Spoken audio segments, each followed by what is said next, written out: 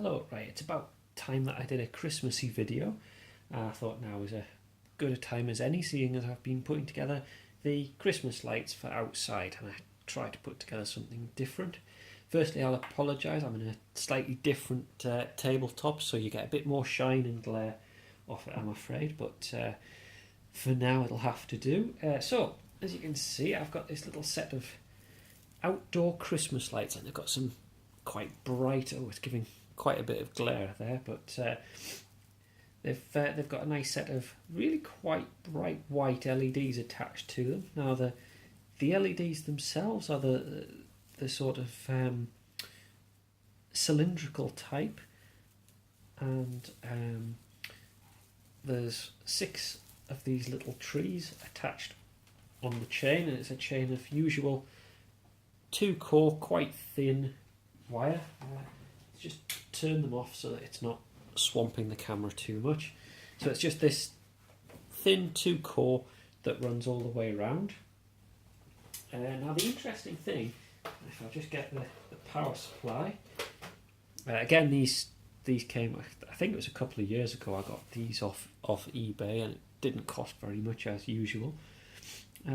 So it comes with this step down transformer, which is 240 volts down to 31 volts DC, and that's 160 milliamps. So first of all, a little bit of an odd voltage. The only thing I can think of is maybe the voltage is to avoid any loss on the cables, because it's a reasonably long run of cables, because the idea is this goes inside the house or wherever, and you then put the long cable run, and then the trees outside. So it's one of your generic, very simple, double insulated power supply. Nothing very exciting there, to be honest. But it's the voltage that got me curious. So I thought I'd go through a little bit of how I worked out that these trees work, because the final aim, I might as well explain what that will be, is each tree I'm going to put a little motion detector in, and the idea is that as someone walks past one of the trees or walks up to it, that tree will light up, and then you can walk to the next one, that one will light up, and they'll light up depending on when you're standing next to them. So the first thing I needed to do was work out, first of all, how they were all wired up, and second of all, how the voltages worked. Oops, let's try not to move the camera. To find out how this worked, because if I only want to light one at a time, I need to make sure I'm not going to damage the LEDs or the power supply or anything like that. So the first thing we want to do, and I have actually done this already, so I am cheating a little bit this time around, because I've already had a look into how this all works. So if we move these ones out of the way, and this is the first one in the chain, which is the one that I decided to take a look at, and you can probably see that I have done that because there's a bit of tape wrapped around it. So the first thing that I did is this wire coming into it here is from the source, and then this wire here goes on to the other trees. So it looks fairly straightforward, but then the way the wires are joined together started getting me a little bit curious. Now it's quite difficult to see on the video here, but if I hold them round that way, you might be able to see what's going on. Oh, I know. If I mask it against the white, that's going to be easier. So there we go. So this is our source. So this will be carrying our positive and negative, and then this moves on to the next set of trees. Now, looking at this, it's quite interesting, because this LED has 3 wires coming out of it, and this LED, which I can't lift up very much, also has 3 wires coming out of it. And as we know, LEDs take 2 wires, positive, negative. Now, I'm going to assume that these have got built-in resistance, but that might be something we need to look into. So what I did first of all is I stripped this down to have a look at where the wires go and where the resistor is, because my assumption was in this little heat shrink package here for the LEDs there was a resistor in line there, and that would then determine how all of this was wired. There is no resistor in there, and the wires simply join up.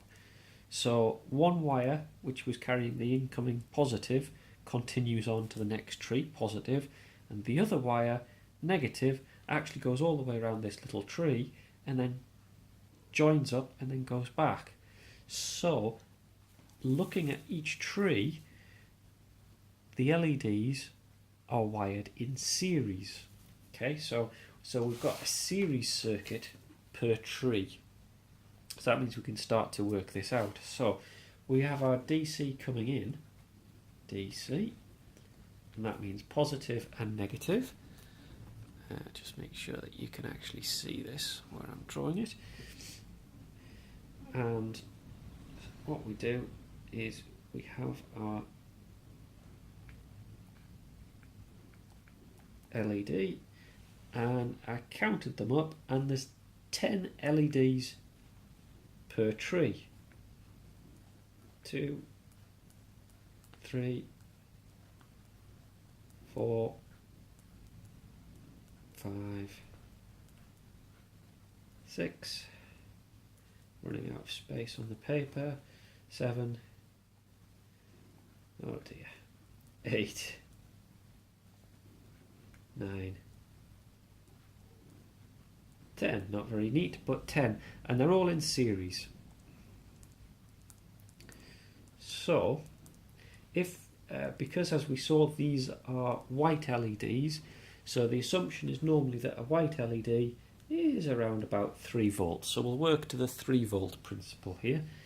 So 3 volt multiplied by 10, as in the LEDs per tree, and that takes us to a rather magic number, 30 volts. And if you remember, the power supply is 31 volts, so give or take 1 volt loss in the wire or elsewhere, that's actually making a bit more sense now. So that means that each tree is in parallel to each other. So that's good. That means that we're not accumulating each of the trees or anything like that. So it means that I could light up one tree on this power supply on its own and not cause a problem with those with those LEDs. So that's looking a bit more hopeful now. The only thing that I didn't find is I didn't find an inline resistor with all of these. Now, whether that hides somewhere else, I'm not sure. So that may be the only downside to this plan. I might end up putting a small resistor on each of the trees just to ensure that they don't burn out with doing this. So anyway, that's the principle behind this. So then what we're going to do is each tree is going to light up in sequence now. So the way to do that is using one of these little modules. Now these are great. These are PIRs, passive infrared sensors, and this is just a plastic cap to help diffuse. And underneath you can see that's the chip itself that detects the heat, which is the infrared component. Now don't touch the module that's in there, because that is sensitive to the greases and everything that's on your hands. So that lives inside there. I'll put it back on properly. And if I turn the module over, you can see it's quite straightforward. We've got 3 pins along the bottom which are a connector. Now in this case you can't actually see, there's no label on them. So if you look at this side, that's where the label is, and you've got VCC, which is positive voltage, out and ground. Very simple. So we know how to connect this up. They normally take about 5 volts, these sensors, so quite straightforward to power and run. and the output, it simply goes high, so it gives 5 volts when motion is detected. Now you would need to run that through a transistor or a relay or something like that, because it won't be able to switch very high loads. So we'll need to do that. These two little adjusters here, one is for sensitivity and one is for amount of time to stay on after a trigger. So we can adjust those. Now the good thing with these is, first of all, that they're very cheap. You can get them easily on eBay, and they're quite versatile. So the first thing is, because this is going to be going outside, I'm going to need to waterproof these. Now the simplest way I found of waterproofing these, there's loads of different ways, but it's using a little plastic bag. So all I've been doing is putting them in the plastic bag like so, connecting the wires up, and then using tie wraps to hold that nice and secure. So that's going to help stop water getting into them. So that's going to do that job. And what I'm going to do is I'm going to do something quite sneaky with these, because they're not going to be able to directly drive each of the trees, because I don't think that they'd be able to cope with that. So what that means is that we're going to have to either put a power transistor in to control the trees direct, or come up with another way of doing it. Now what I've done in the past for Christmas is I've used an electronics controller like this one, which is an Arduino. I use these in quite a few different situations. As you can see, this one I keep in a little plastic food container, which is ideal. You just cut a couple of holes in the side and it holds it nice and secure. So the idea is that the PIR will send a signal, so the output, the trigger, will send a signal to the Arduino, and I'll read the input pins of that to determine the state. And then I will switch an output to the tree that's needed. Now the first downside to this is simply the amount of wiring that's involved. I can't get that to stay on the bench there without falling off because of the cable. So I might just have to balance that.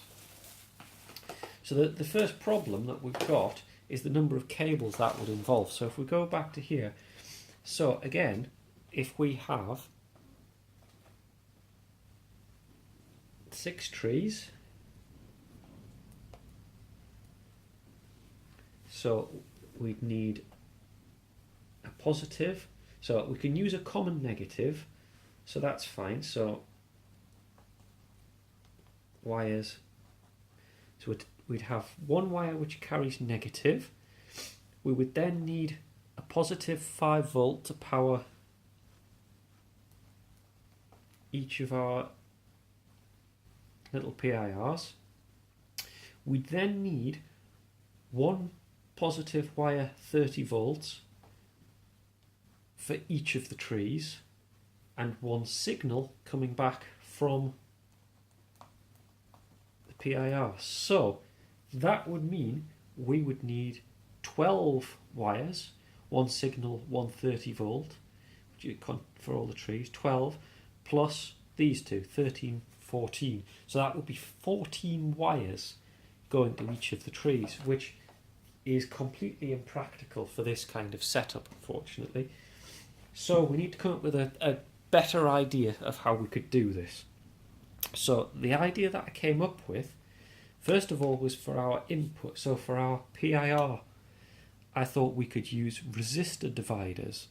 Now this is a technique where if you can read in different resistances or voltages on the equipment that you're using, you can set a different value resistors for the different devices. So the idea is that for each PIR, its signal wire would have a resistor connected to it, and that would then all feed back on a single wire.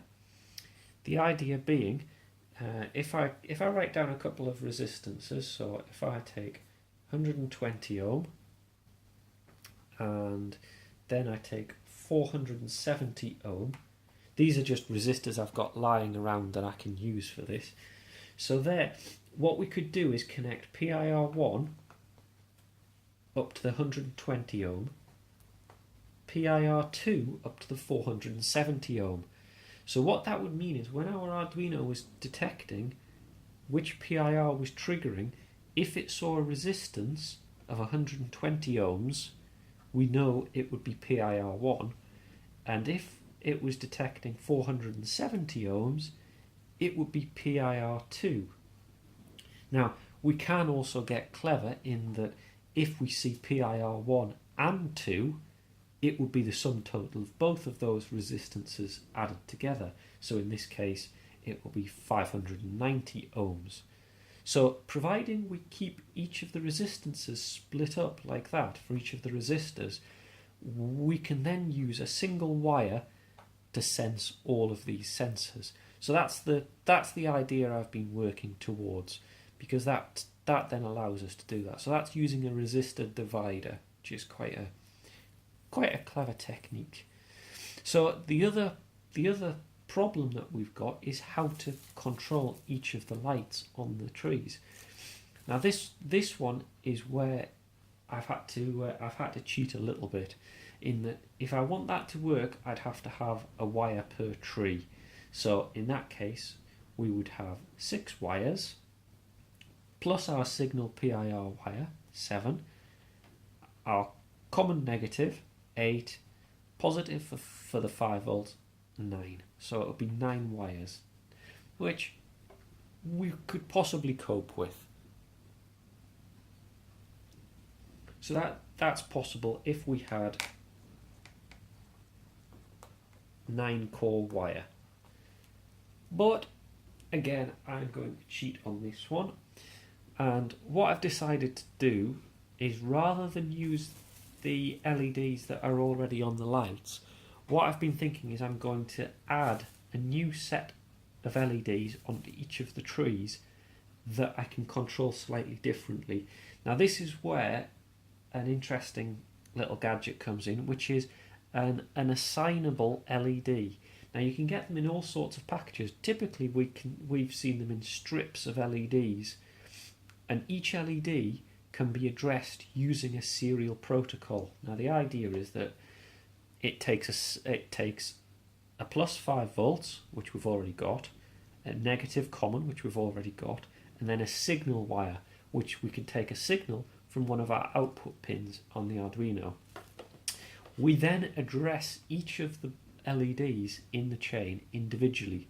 So for want of a better way of explaining it, LED 1, we would send a coded signal to LED 1, what colour to light and when to light, LED 2, LED 3, and that's the idea that I'm going to use, because that then takes the number of wires down yet again. So in the end, I end up with the plus 30 volts for the existing LEDs, plus 5 volts, which is to power the PIR and also to power the addressable LEDs, negative common, the signal PIR, and the signal address, which is for the controllable LED. So that takes us to 5 different wires, and 5 is much easier because we can use things like this, which is common 8-core alarm wire, which it's white, which is the only problem, so it won't look great, but we might be able to spray paint it. So that's basically the idea behind the Christmas lights setup this year. I've already made a start on some of the trees, so in that amazing fashion. Here's one I made earlier. Now they don't look amazing when you can see them in the bright light like this. And I'm considering getting some green spray paint, something like that, to spray the white wires, which will hide them a little bit. But as you can see, there's the PIR bagged up, so it would be sat like this. Obviously all the branches stretched out. And in its normal mode of operation, we would have the LEDs on the trees lighting up themselves. Like, as I mentioned earlier, I'm not going to control those ones, but I'm going to control an additional chain that's going to use the addressing method. If you want to look up that method of addressing the LEDs, I'll put a link to the method that I'm going to use at the bottom of this blog, and then you can take a look. That's the idea behind it. So we have a set of trees that simply run on a little sequence, and as you can see, there's a sequence that I've loaded into it. Now the clicking you can hear in the background is a regular solid state relay that's driving this chain, just basically because the Arduino won't have enough current to switch this kind of voltage and current, so just using a relay bank similar to this one, which again you can get very cheaply off eBay. This is quite a bulky one actually. As you can see, you've got all of these different relays, and they're all rated, luckily, 30 volts DC at 10 amps. So we're just within tolerances for driving all of these. And all you do is you provide this bank of relays with 5 volts, and then you have a signal wire going to each one, and that drives the output relay. So fairly straightforward. I'll add another video. I'm just waiting for the delivery of my signal addressable LED strips, and as soon as I get those, I'll post those up as well. But otherwise, we can start to get these little trees up and ready and start making the place look all Christmassy.